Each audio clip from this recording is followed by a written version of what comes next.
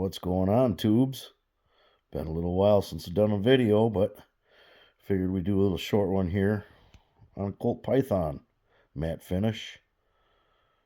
Fairly recent release.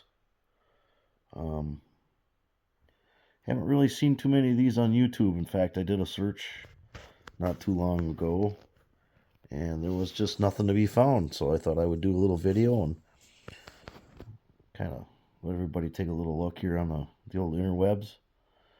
And so I ran into a few articles on these, and people said, well, why would we spend this kind of money on a Colt Python matte finish when you can get a Taurus with the same finish for less money? And I guess I kind of can see their point, but at the end of the day, it all depends on what your budget is and what you plan on doing with it, and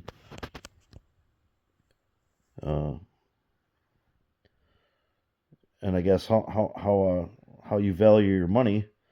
I read some comments, like I said, that the finish is a lot like a Taurus, and so without having very many videos on YouTube, I thought, I have a Taurus. Let's take a little look. How much different do they look? Obviously, the one up top is a m44. It's a 44 meg, but the vents actually look pretty similar. The Python's obviously a 357 meg, but I'll be darned if the finishes don't look pretty darn close.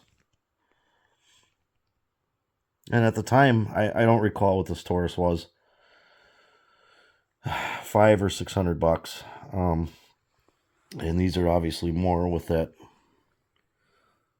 Colt signature. But, at the end of the day, if you're just using it for hunting, I don't see why this wouldn't fit the bill. I've had absolutely no problems with this gun. I've never even cleaned it.